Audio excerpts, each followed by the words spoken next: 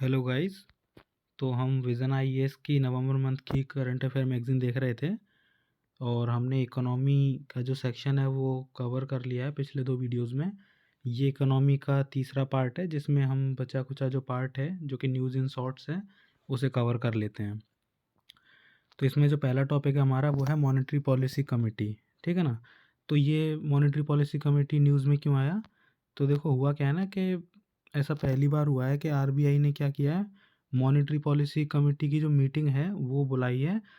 क्या करने के लिए? मिसिंग इन्फ्लेशन टारगेट को डिस्कस करने के लिए। मतलब हुआ क्या है ना कि पिछले 3 क्वार्टर से जो इन्फ्लेशन टारगेट है, जो कि 2 से 6% का होता है, तो वो जो है आरबीआई का काम होता है कि उसको 2 टू 6% के जो रेंज है उसके अंदर रखने का।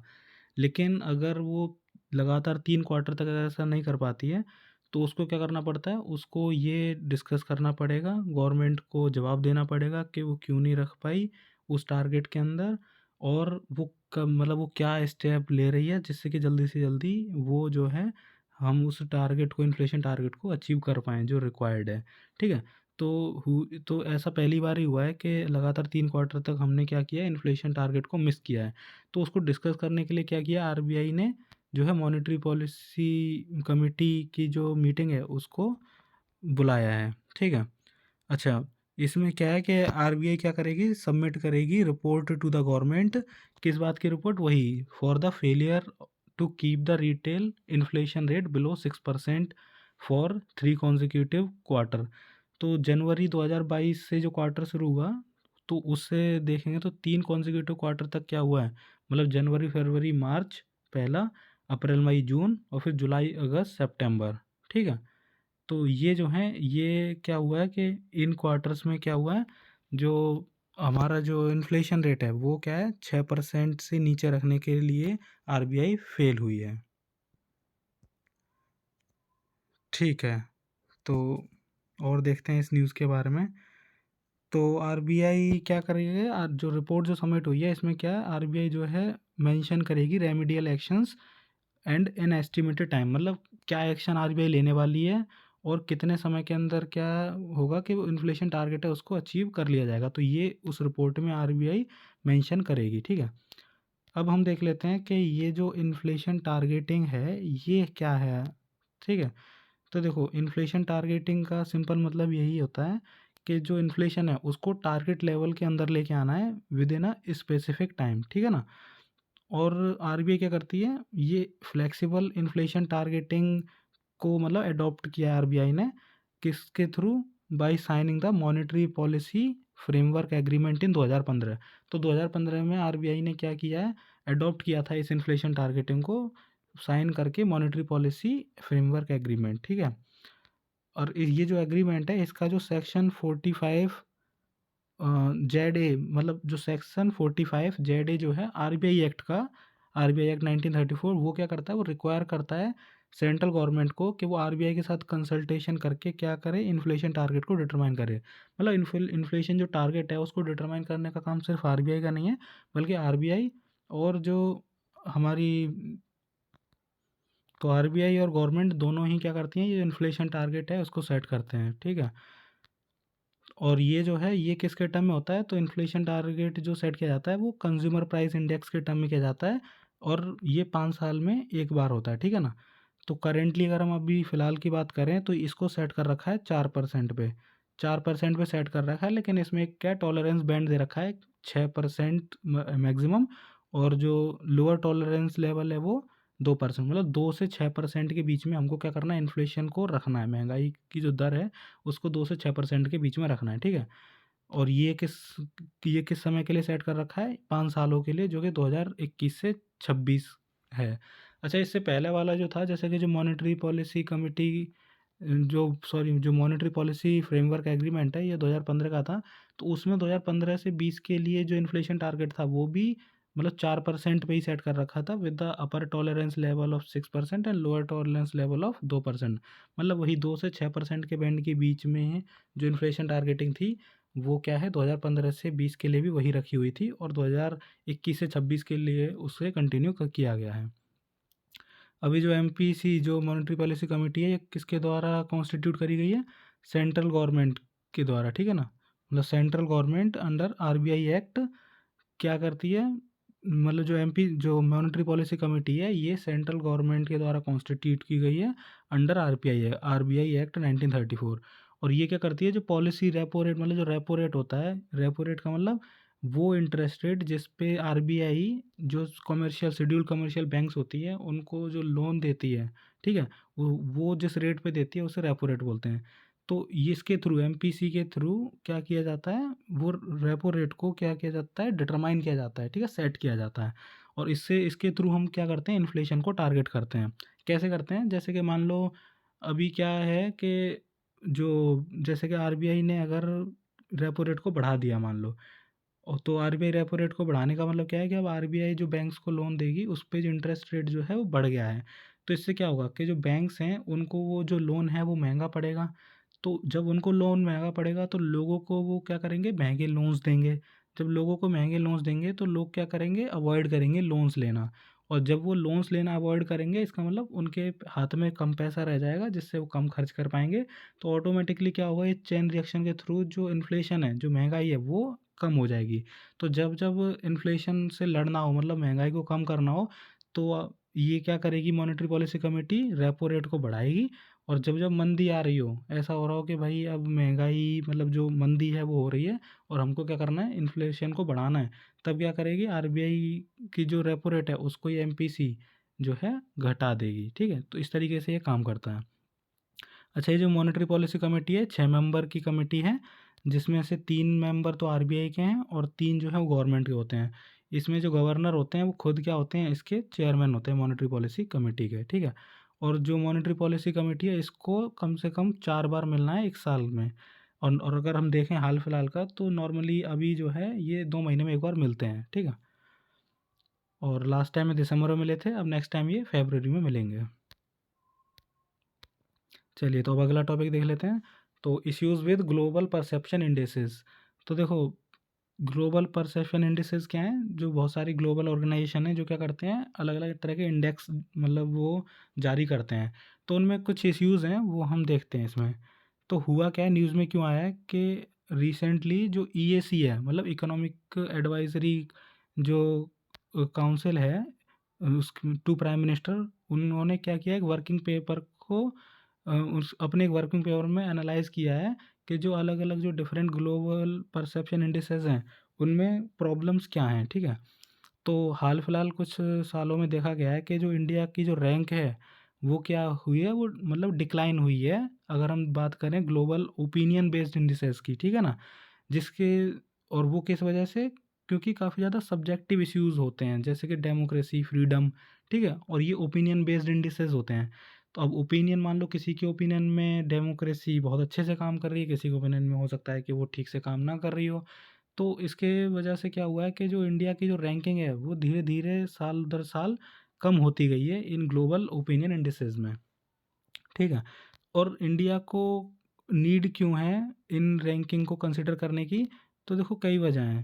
पहली बात तो ये जो रैंकिंग है, इनके जो इनपुट होते हैं वो किस में यूज़ होते हैं, जो वर्ल्ड बैंक के वर्ल्ड गवर्नेंस इंडिकेटर्स हैं उसमें एज अ इनपुट यूज़ होते हैं। जिससे क्या होता है कि जो इंडिया की सोवरेन रेटिंग है उस पे इफ़ेक्ट पड़ता है।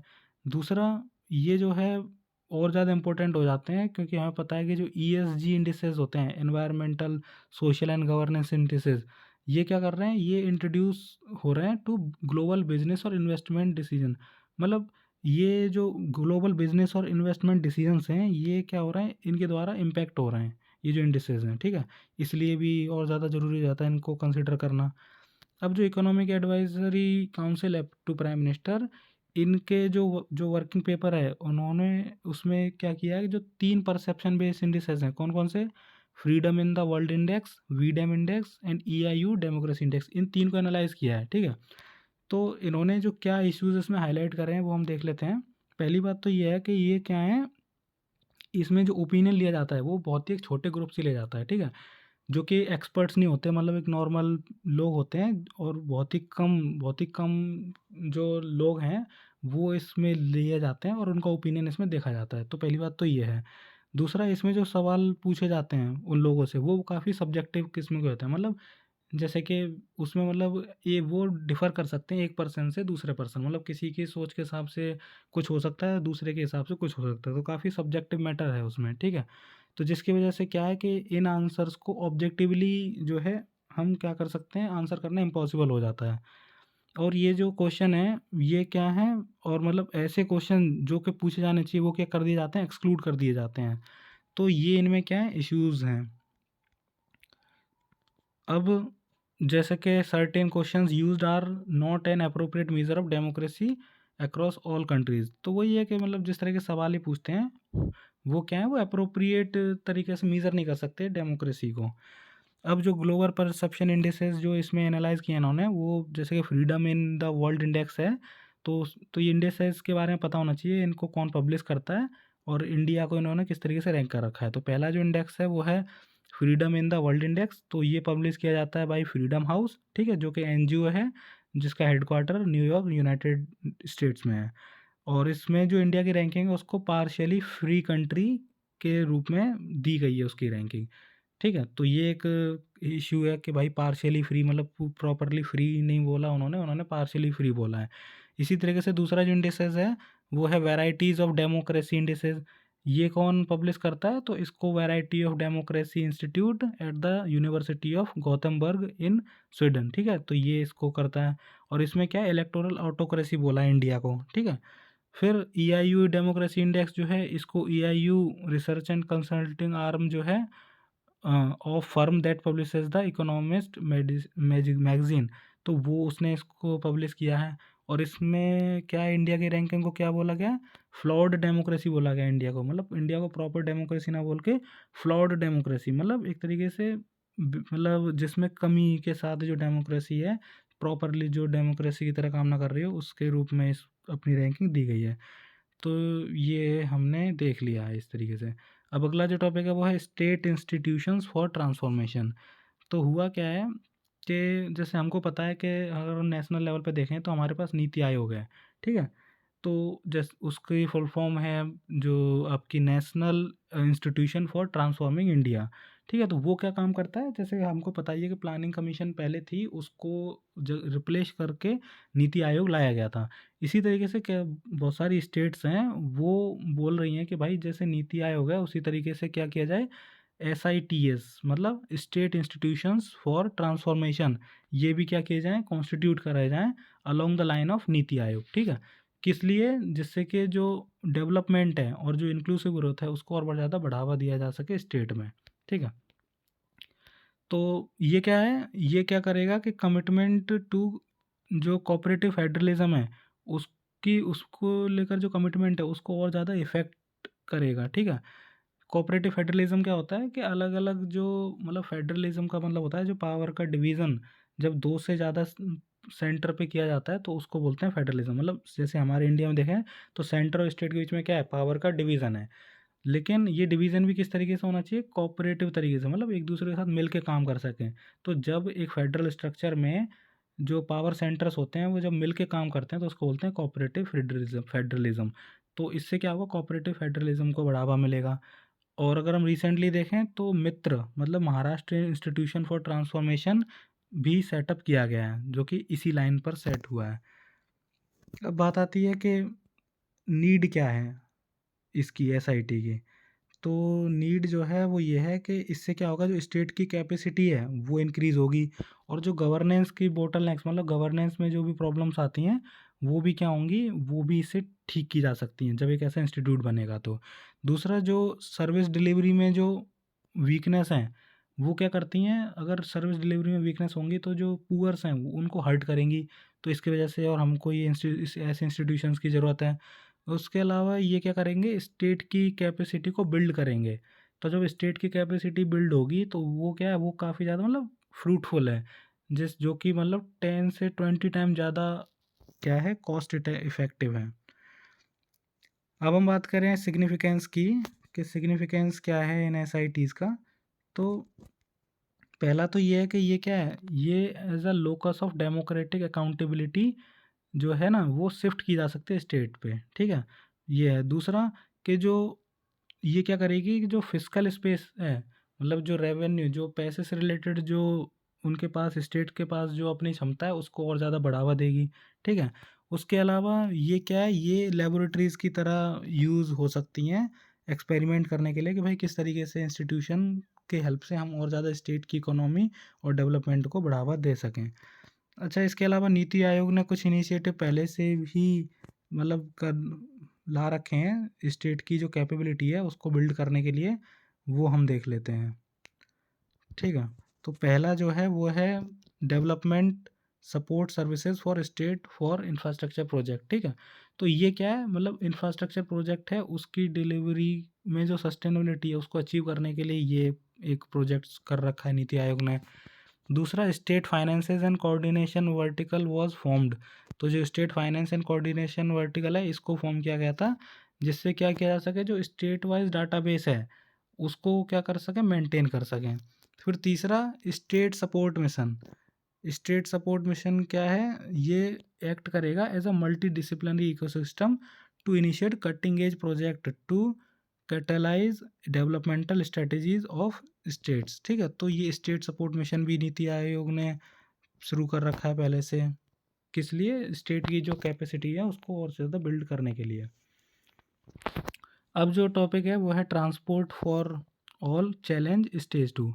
तो देखो, जो ट्रांसपोर्ट फॉर ऑल जो है वो चैलेंज किसने इनिशिएट किया है, वो है मिनिस्ट्री ऑफ हाउसिंग अफेयर्स ने। ठीक है। तो मिनिस्ट्री ऑफ हाउसिंग अफेयर्स का ये इनिशिएटिव है ट्रांसपोर्ट फॉर ऑल। इसका एम क्या है, इसका एम है कि मोबिलिटी एक्सपीरियंस है उसको इन्हेंस करना है। मोबिलिटी एक्सपीरियंस का मतलब क्या है, जो ट्रांसपोर्ट सेक्टर है जिससे हम एक जगह से दूसरी जगह जाने के लिए यूज़ करते हैं, उसको मोबिलिटी सेक्टर बोलते हैं। तो उस जो मोबिलिटी एक्सपीरियंस है उसको और ज़्यादा इन्हेंस करने के लिए ये चैलेंज रखा गया है। ठीक है। जो इसका स्टेज 1 था वो 2021 में लॉन्च किया गया था, और ये क्या है, स्टेज 2 है। और ये ऑर्गेनाइज किया गया है in partnership with institute for transportation and development policy and world bank. मतलब ये दो इंस्टीट्यूट जो हैं, मतलब एक तो वर्ल्ड बैंक और institute for transportation and development policy, इन दोनों के साथ पार्टनरशिप में ये ऑर्गेनाइज किया गया है। अब मार्ग पोर्टल को देख लेते हैं। मार्ग पोर्टल क्या है, तो देखो पहली बात तो ये है कि जो DPIIT, मतलब department for promotion of industry and internal trade, जो कि मिनिस्ट्री ऑफ कॉमर्स के अंडर एक डिपार्टमेंट है, उसने क्या किया है, स्टार्टअप जो एप्लीकेशन है उनको इनवाइट किया है कि भाई अब क्या करो, मार्ग पोर्टल पे रजिस्टर करो। ठीक है। अब ये मार्ग पोर्टल है क्या, तो मार्ग पोर्टल जो है वो है mentorship, advisory, assistance, resilience and growth portal. ये क्या करेगा कि ये मेंटरशिप प्रोवाइड करेगा स्टार्टअप्स को। जो स्टार्टअप्स हैं अलग अलग सेक्टर्स में, उनको मेंटरशिप देगा। ठीक है। किससे रिलेटेड, कि मतलब उनको, मतलब जो उनके फंक्शनल है, फंक्शन से रिलेटेड, ठीक है, उनके इकोनॉमिक्स से रिलेटेड क्या करेगा, मेंटरशिप प्रोवाइड करेगा। ऑब्जेक्टिव क्या है इस पोर्टल का, तो ऑब्जेक्टिव वही है कि भाई पहली बात तो क्या है, private sector focused guidance, hand holding and support to startup. तो उनको गाइडेंस देना, हैंड होल्डिंग करना और उनको सपोर्ट प्रोवाइड कराना। फिर facilitate efficient mentorship and mechanism for timely tracking of mentor mentee engagement. ठीक है। उसके अलावा it includes customisable mentorship programme, मतलब अलग अलग जो स्टार्टअप्स हैं अलग अलग सेक्टर के, उनके लिए खुद से मतलब कस्टमाइजेबल मेंटरशिप प्रोग्राम में इसमें इंक्लूड किए गए हैं, उनकी खुद की जो स्पेसिफिक कंडीशन है उसके हिसाब से। अब अगला जो है वो है framework to check fake reviews on e commerce platform. देखो हो क्या रहा है ना, आजकल बहुत सारी ई कॉमर्स प्लेटफॉर्म्स आपको पता ही है, जहाँ पे हम क्या करते हैं, गुड्स को मतलब गुड्स की बाइंग करते हैं। तो वहाँ पे क्या हो रहा है ना कि फेक रिव्यूज़ का जो है वो काफ़ी ज़्यादा इशू आ रहा है। तो हुआ क्या है कि डिपार्टमेंट ऑफ कंज्यूमर अफेयर्स ने क्या किया है, एक नया स्टैंडर्ड बनाया है। कौन सा, 19,000/2022, ये एक नया standard department of consumer affair ने स्टार्ट किया है। ठीक है। और ये किसके द्वारा बनाया गया है, ब्यूरो ऑफ, मतलब BIS जो है, ब्यूरो ऑफ इंडियन स्टैंडर्ड, यही क्या करता है, स्टैंडर्ड सेट करता है। तो ये किस लिए है ये standard, to curb the menace of fake news and deceptive reviews of product and services. तो जो प्रोडक्ट और सर्विसेज हैं उनके ऊपर जो फेक रिव्यूज़ जो आ रहे हैं उसको रोकने के लिए उसको ये क्या किया गया है, एक नया स्टैंडर्ड सेट किया गया है। अच्छा, ये जो स्टैंडर्ड है इनिशियली अभी वॉलेंटरी है, ये क्या होगा, एप्लीकेबल होगा टू एवरी ऑनलाइन प्लेटफॉर्म। जितने भी ऑनलाइन प्लेटफॉर्म हैं तो उन पे क्या करेगा, ये एप्लीकेबल होगा, जो जो भी मतलब कंज्यूमर रिव्यू का ऑप्शन देते हैं। दूसरा, जो फेक और मिसलीडिंग रिव्यूज़ जो होते हैं वो क्या करते हैं, कंज्यूमर राइट को क्या करते हैं, वायलेट करते हैं। तो हमें पता है जो कंज्यूमर प्रोटेक्शन एक्ट है 2019 का, उसमें कई सारे क्या कर रखे हैं, कंज्यूमर राइट्स दे रखे हैं, तो उसको क्या करता है, ये उसको वायलेट करता है। अगर हाइलाइट्स देखें तो इसमें क्या होगा कि ये स्पेसिफिक रेस्पॉन्सिबिलिटी प्रिस्क्राइब करेगा किसके लिए, for review author and review administrator. तो जो रिव्यू ऑथर है मतलब जो रिव्यू लिख रहा है, और जो रिव्यू एडमिनिस्ट्रेटर मतलब उसको जो देख रहा है, उसको एडमिनिस्ट्रेट कर रहा है, उनको क्या करेगा, उनके लिए स्पेसिफिक रिस्पॉन्सिबिलिटी इसमें सेट करी जाएगी। उसके अलावा जो ऑर्गेनाइजेशन है उसकी रिस्पॉन्सिबिलिटी, और जो ग्रीवियंस रिड्रेसल मैकेनिज्म होगा कंज्यूमर, वो भी इसमें क्या किया गया, इंक्लूड किया गया है। अब अगला टॉपिक जो है वो है draft standard national action plan 2022। तो BIS जो ब्यूरो ऑफ इंडियन स्टैंडर्ड है उसने क्या किया है, ये जो ड्राफ्ट है स्टैंडर्ड नेशनल एक्शन प्लान 2022 इसको रिलीज़ किया है। इसमें क्या किया है, इसमें कुछ सेट ऑफ एक्शंस प्रपोज किए गए हैं BIS के द्वारा, जिससे जो BIS का जो मैंडेट है as a national standard body, उसको वो क्या कर सके, उसको फुलफिल कर सके, ठीक है, इन एफिशिएंट एंड टाइमली मैनर।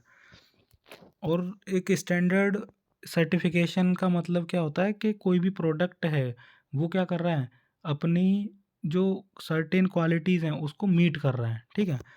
अगर हम देखें की फीचर्स जो इस ड्राफ्ट के, तो पहली बात तो ये है कि इसमें क्या है, स्पेसिफिक फोकस जो किया गया है वो किया गया है कि भाई इस तरीके से स्टैंडर्ड सेट किए जाएं कि जो इंडिया की कमिटमेंट है, अगर हम बात करें सस्टेनेबल डेवलपमेंट गोल्स को लेकर या फिर पेरिस एग्रीमेंट को लेके, उसको फुलफिल किया जा सके, ठीक है। उसके अलावा इसमें ये भी प्रपोज किया गया है कि जो टेक्नोलॉजीज़ हैं जैसे कि सेमीकंडक्टर, IT सर्विसेज, ICT, इन सबको भी क्या किया जा सके, BIS के अंडर लाया जा सके। फिर जो दूसरे जो एरियाज़ हैं जैसे कि environment, health and safety, building construction and urban development, ये सब भी क्या किया जा सकें, BIS के अंदर लाए जा सकें। अब स्टैंडर्डाइजेशन की ज़रूरत क्या है, तो पहला तो ये है कि ये जो free movement of goods and services है उसको फैसिलिटेट करता है इंटरनेशनल बॉर्डर्स के थ्रू, ठीक है। क्योंकि अगर स्टैंडर्ड सेट होंगे तो किसी भी गुड्स और सर्विसेज की जो क्वालिटी है उसको और ज़्यादा अच्छी तरीके से मेंटेन किया जा सकता है, ठीक है, मॉनिटर किया जा सकता है। दूसरा ये क्या करेगा, ये ट्रस्ट को प्रमोट करेगा, ठीक है, कि भाई कोई भी प्रोडक्ट है, अगर उसको अगर वो प्रॉपरली अगर उसके स्टैंडर्ड उसने सेट कर रखा है अपना, तो क्या होगा कि उसमें जो तो उससे क्या होगा, जो ट्रस्ट है वो उस पर बढ़ेगा। दूसरा, ये जो मार्केट का जो कॉन्फिडेंस है उसको बिल्ड करने में भी असिस्ट करेगा। अब देखते हैं BIS के बारे में। तो BIS क्या है, तो BIS जो है वो क्या है, national standard body of India है। मतलब अगर इंडिया की हम बात करें तो जो स्टैंडर्ड सेट करने की कोई बॉडी है नेशनल लेवल पे, तो वो BIS है, ठीक है। ये जो है मिनिस्ट्री ऑफ कंज्यूमर अफेयर्स के अंदर जो है फंक्शन करती है। तो ministry of consumer affairs, food and public distribution के अंडर ये एक बॉडी है। ये जो है रिस्पॉन्सिबल है for development of activities of standardisation, ठीक है। मतलब जो स्टैंडर्ड्स बनाने का काम है वो इस ऑर्गेनाइजेशन का है। और ये क्या एक स्टैट्यूटरी बॉडी है ही, मतलब इसको BIS एक्ट 2016 के थ्रू जो है स्टैट्यूटरी मतलब लीगल इसको मान्यता दी गई है। अगर हम डिफरेंट सर्टिफिकेशंस की बात करें इंडिया में जो यूज़ होते हैं, तो पहला तो ISI मार्क यूज़ होता है। ये किसके लिए होता है, फॉर स्टैंडर्ड इंडस्ट्रियल प्रोडक्ट, जो इंडस्ट्रियल प्रोडक्ट हैं उनके लिए। और ये क्या है, मैंडेटरी है कुछ प्रोडक्ट्स के लिए जैसे कि इलेक्ट्रॉनिक्स। और इसको कौन सर्टिफाई करता है, तो BIS जो ब्यूरो ऑफ इंडियन स्टैंडर्ड है ये इसको सर्टिफाई करता है। दूसरा जो है AG मार्क, AG मार्क किसके लिए होता है, एग्रीकल्चर प्रोडक्ट्स के लिए, ठीक है। और इसको इशू कौन करता है, directorate of marketing and inspection, जो कि ministry of agriculture and farmer welfare के अंदर आता है। तीसरा स्टैंडर्ड है एफपीओ मार्क।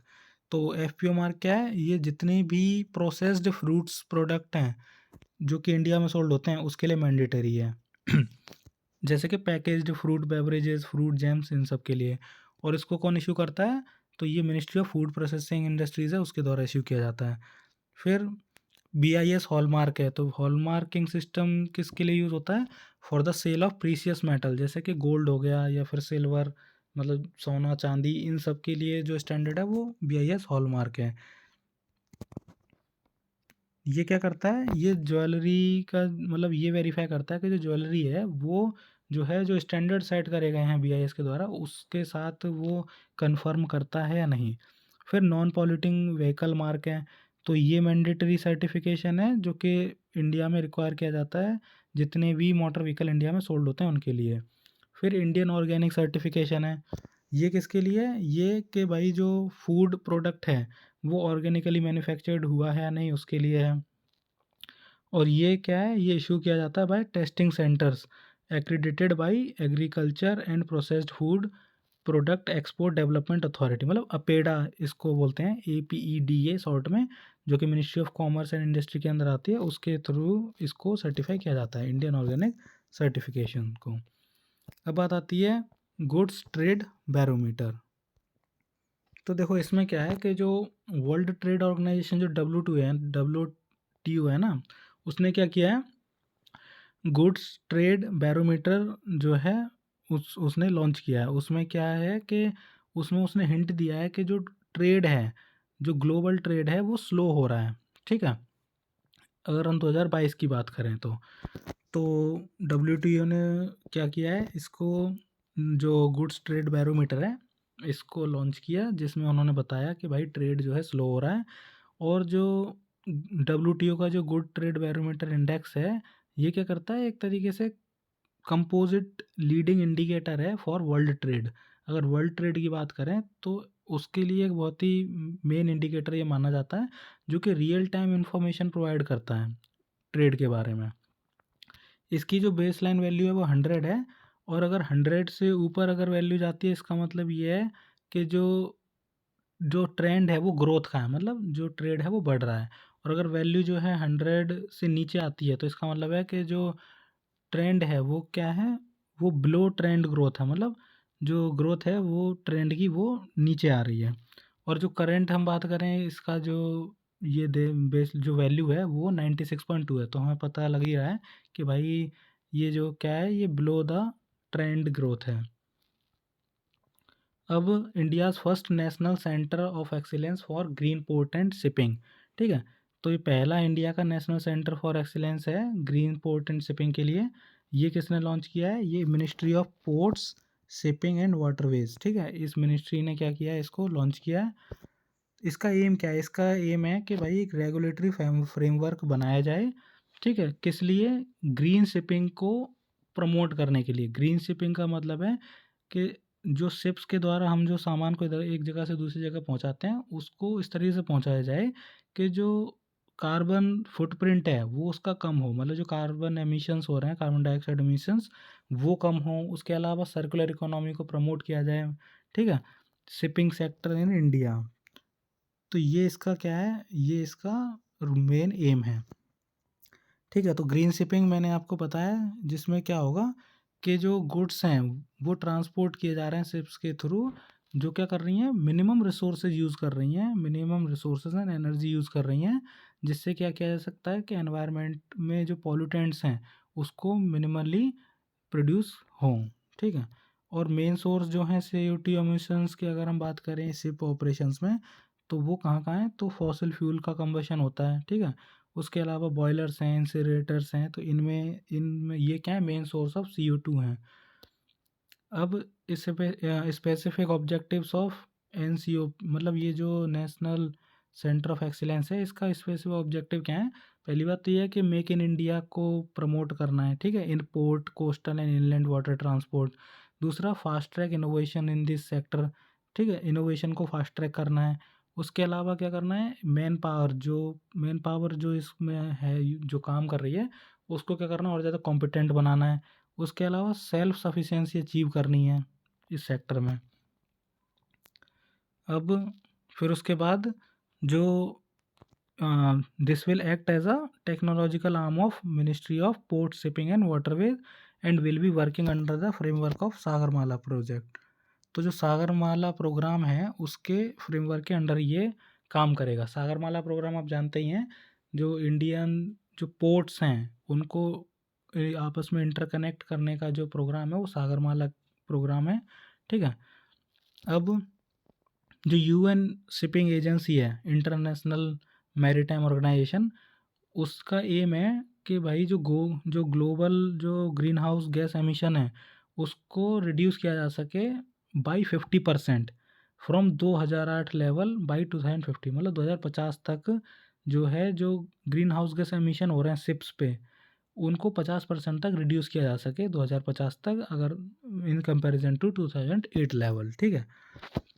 अब अगर इंडिया के इनिशिएटिव्स की बात करें ग्रीन शिपिंग की तरफ, तो पहला तो ये क्या है कि मैरीटाइम विजन डॉक्यूमेंट 2030।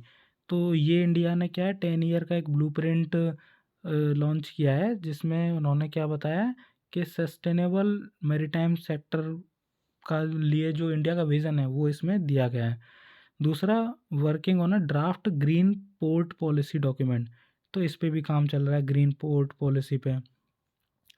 अच्छा, जो मैरीटाइम विजन डॉक्यूमेंट 2030 है, इसमें इसके थ्रू क्या होगा, जो शेयर ऑफ रिन्यूएबल एनर्जी है उसको इंक्रीज़ किया जाएगा टू 60% बाई 2030। दूसरा, जो मल्टी क्लीन फ्यूल जो है फॉर व्हीकल्स उसको अडॉप्ट किया जाएगा। उसके अलावा gradual phasing out of diesel locomotives, तो डीजल से चलने वाले जो लोकोमोटिव्स हैं उनको क्या जाएगा, फेज आउट किया जाएगा। अब state of food and agriculture 2022 report देखते हैं। पहली बात तो ये जो रिपोर्ट है वो रिलीज़ की गई है बाई FAO, मतलब food and agriculture organisation of the United Nations. ये जो है it looked at how automation in our agri food system can contribute to achieving sustainable development goals, मतलब जो ऑटोमेशन जो हो रहा है एग्रीकल्चर सेक्टर में वो किस तरह से क्या कर सकता है, जो सस्टेनेबल डेवलपमेंट गोल हैं उनको अचीव करने में कंट्रीब्यूट कर सकता है, ये इस रिपोर्ट में बताया गया है। ठीक है। अब बेनिफिट्स ऑफ एग्रीकल्चर ऑटोमेशन, तो एग्रीकल्चर ऑटोमेशन के पहली बात तो बेनिफिट्स क्या हैं वो देख लेते हैं। तो पहला तो ये है कि ये क्या करता है, लेबर प्रोडक्टिविटी और प्रॉफिटेबिलिटी को इंक्रीज़ करता है। ठीक है। तो लेबर की प्रोडक्टिविटी बढ़ जाएगी। दूसरा, वर्किंग कंडीशन इंप्रूव हो जाएंगी जो वर्कर्स हैं। फिर नई इंटरप्रेन्योरशिप अपॉर्चुनिटी जनरेट होंगी रूरल एरियाज़ में। और जो फूड लॉसेस हैं उसको कम किया जा सकता है और जो क्वालिटी है उसको और बढ़ाया जा सकता है। तो ये इसके जो हैं बेनिफिट्स हैं। अब चैलेंजेस की बात करते हैं। तो चैलेंजेस पहला तो ये है कि ये क्या करेगा, जो इनइक्वालिटी है, जो असमानता है उसको और ज़्यादा बढ़ावा दे देगा जो ऑटोमेशन है। कैसे कि भाई जो स्मॉल स्केल जो प्रोड्यूसर हैं वो इसको अफोर्ड नहीं कर सकते ऑटोमेशन को। दूसरा, जो सर्टेन टेक्नोलॉजीज जैसे कि large motorized machinery can also have negative environmental impact. तो एनवायरनमेंट पे क्या नेगेटिव इम्पैक्ट हो सकता है due to monoculture and soil erosion. उसके अलावा it can lead to unemployment भी इससे बढ़ सकता है। क्यों? क्योंकि जो रूरल लेबर है वो क्या है, जब ऑटोमेशन करोगे तो भाई वो लेबर की जो एम्प्लॉयमेंट जो मिलता था वो नहीं मिलेगा। उसके अलावा wide disparities in adoption of automation between and with in countries. अगर हम के कंट्री की बात करें तो पहली बात तो कंट्रियों के आपस में भी जो है डिस्पैरिटी होगी ऑटोमेशन में को लेकर। और अगर एक कंट्री की बात करें तो उसमें भी अलग अलग स्टेट्स के बीच में भी डिस्पैरिटीज आ जाएगी। ठीक है। तो ये भी एक चैलेंज है। तो रिकमेंडेशन क्या दी गई हैं इस रिपोर्ट में? पहला ये कि जो पॉलिसी मेकर्स हैं उनको क्या करना चाहिए, उनको सब्सिडी ऑटोमेशन, मतलब जो ऑटोमेशन है उसको सब्सिडाइज करने को अवॉइड करना चाहिए। उसके वजह क्या करना चाहिए, उनको फोकस करना चाहिए कि भाई जो एडॉप्शन के लिए जो एनवायरनमेंट है ना वो उस एनवायरनमेंट को क्रिएट करें। मतलब सब्सिडी ना देकर उनके लिए एक इनेबलिंग एनवायरनमेंट बनाया जाए जिससे कि ऑटोमेशन को अडॉप्ट किया जा सकता है। उसके अलावा जो सोशल प्रोटेक्शन है वो प्रोवाइड किया जाए to the least skilled worker who are more likely to lose their job during the transition. तो जो ऐसे लेबर है, ऐसी वर्कर है जो कि कम स्किल्ड है, उनको क्या मिले, उनको सोशल प्रोटेक्शन मिले, जो कि जॉब जिनकी जॉब क्या है लूज़ हो जाएगी इस ट्रांजिशन के दौरान। अब आखिरी टॉपिक जो है हमारी इस वीडियो का वो देख लेते हैं, scheme for procurement of aggregate power launched. ठीक है, तो ये जो है स्कीम जो है लॉन्च हुई है, पहली बात किसने लॉन्च करी है, मिनिस्ट्री ऑफ पावर ने जो है ये स्कीम लॉन्च करी है for procurement of aggregate power of 4500 megawatt for 5 years. ठीक है, तो अंडर शक्ति शक्ति स्कीम क्या है, scheme for harnessing and allocating कोयला ट्रांसपेरेंटली इन इंडिया। तो इस स्कीम के अंडर क्या किया गया है कि मिनिस्ट्री ऑफ पावर है उसने 4500 मेगावाट जो पावर है उसको प्रोक्योर करने का इसमें बात की गई है फॉर 5 ईयर्स, 5 सालों के लिए। ठीक है, और जो शक्ति स्कीम है ये लॉन्च की गई थी किस लिए, कि जो मतलब टू प्रोवाइड कोल, जो कोयला है वो प्रोवाइड किया जाए स्ट्रेस्ड पावर यूनिट्स को जिनके पास कोल की जो कोल है उसकी सप्लाई कम है।